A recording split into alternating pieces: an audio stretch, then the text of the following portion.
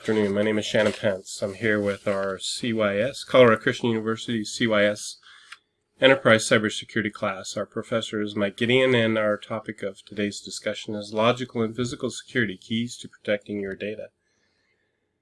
I believe these two securities cannot be undersold as a means of protecting important organizational and corporate resources. As I open this discussion, please feel free to ask questions or address any concerns. But I recently learned a great deal from this college class while conducting research, and I want to share it with you. I will offer personal experiences and show how these two together can work towards protecting your system. As an opener, we up for the discussion today our overview of logical and physical security. I will provide you with that overview and what is it? So what are items typically included in logical and physical securities? Why you should be concerned? Why these two securities or how these two securities together? What are the most common best practices? How together these two security options work well, and then discuss some challenges and benefits with you that may help your organization. Okay, moving on. Our overview today, again, logical and physical security are commonly used items in the protection of important resources. They also offer other protections for both safety and security perspectives. These are often used as first options and are certainly part of a preventative best practices. And they would often, or you might often see them be used in HIPAA and other personal records protection because of the additional layered security that you gain from these two options. Okay, our next slide here. What is logical and physical security? When we look at this, we see logical security as management and administrative controls. Oftentimes you'll see permissions, computer use policies, firewalls, software configurations in these categories. Moving to physical security, you'll often see physical and infrastructure protections, locks, doors, walls, fences, cameras, access badges. You get the general idea here. Those are the differences between logical and physical. Should you be concerned? I believe you should, and here's the reason why. Administrative, technical, and physical controls are the top focus areas of protection for most corporations.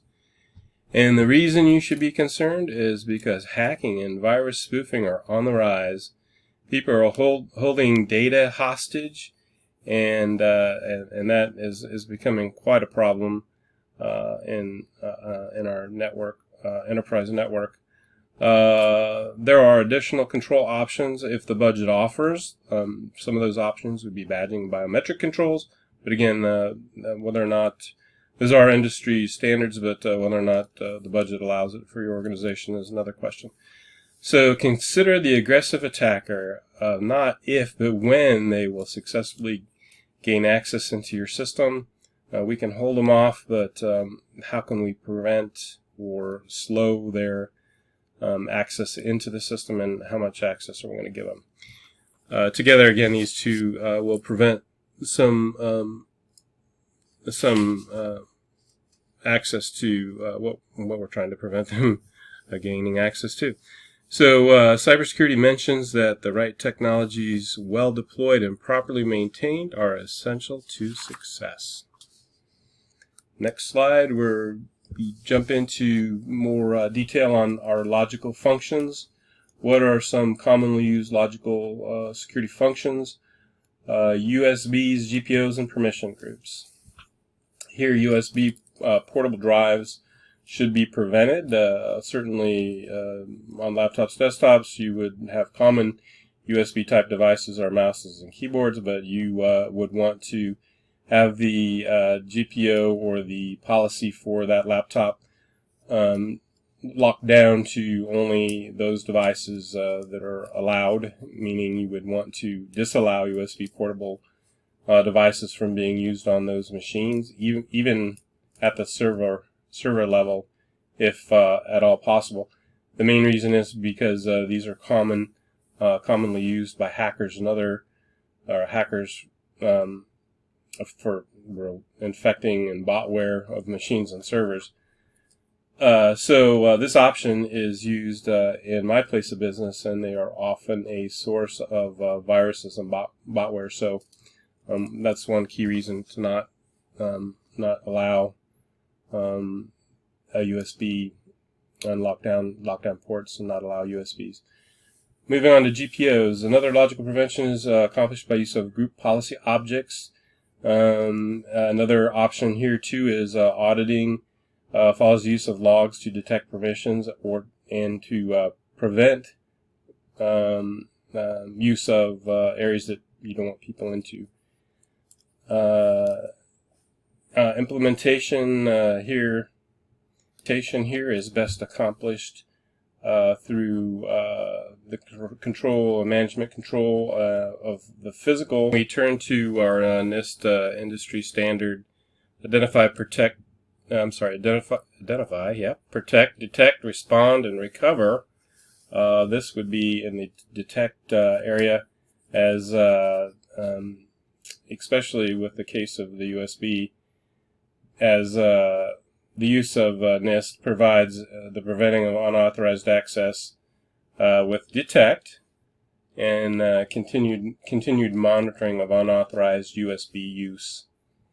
Permissions, moving on, permissions can be set by system administrators based on groups or on the job or position within the company.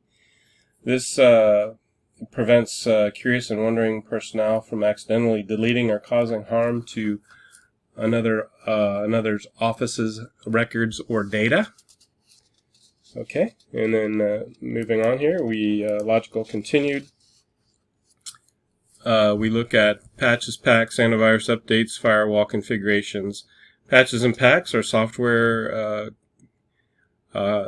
configuration updates. They can provide, and software configuration updates provide software, are provided by software providers to repair software, and sometimes provide technical guidance to lock down information systems. Software that might otherwise be vulnerable to malicious computer attacks. In the case of antivirus updates, the scans should be regularly conducted to provide protections against the latest threats being released by hackers. Firewall configurations before trying to use GPO. Above here, I would suggest or request group policy object as mentioned in one of our sources.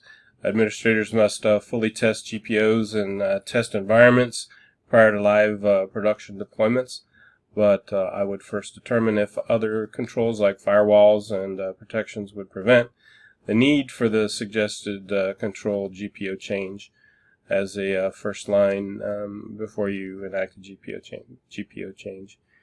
Let's remember that firewalls are a security utility designed to thwart electronic access to a network. And firewalls are absolutely necessary because without one, your computer is prone to being exposed to Trojans, malware, and spyware, and other kinds of viral infections. Again, sourced information here. Another key bit, for example, a firewall capability makes it possible to implement preventative controls for network access control, 2 detective controls for network traffic alerting, and 3 forensic controls for network traffic logging.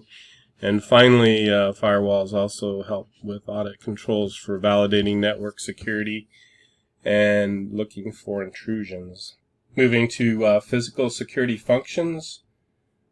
Let me get the slide up here. There we go. Moving to physical security functions, we find physical security defined as the protection of personnel, hardware, software, networks, and data from physical actions and events that could cause serious harm or damage to an enterprise, agency, or institution. That can also include protections from fire, floods, disasters, theft, vandalism, terrorism. These items are often overlooked, but with the outline of the USB drive access above to a computer would also infect or harm a system.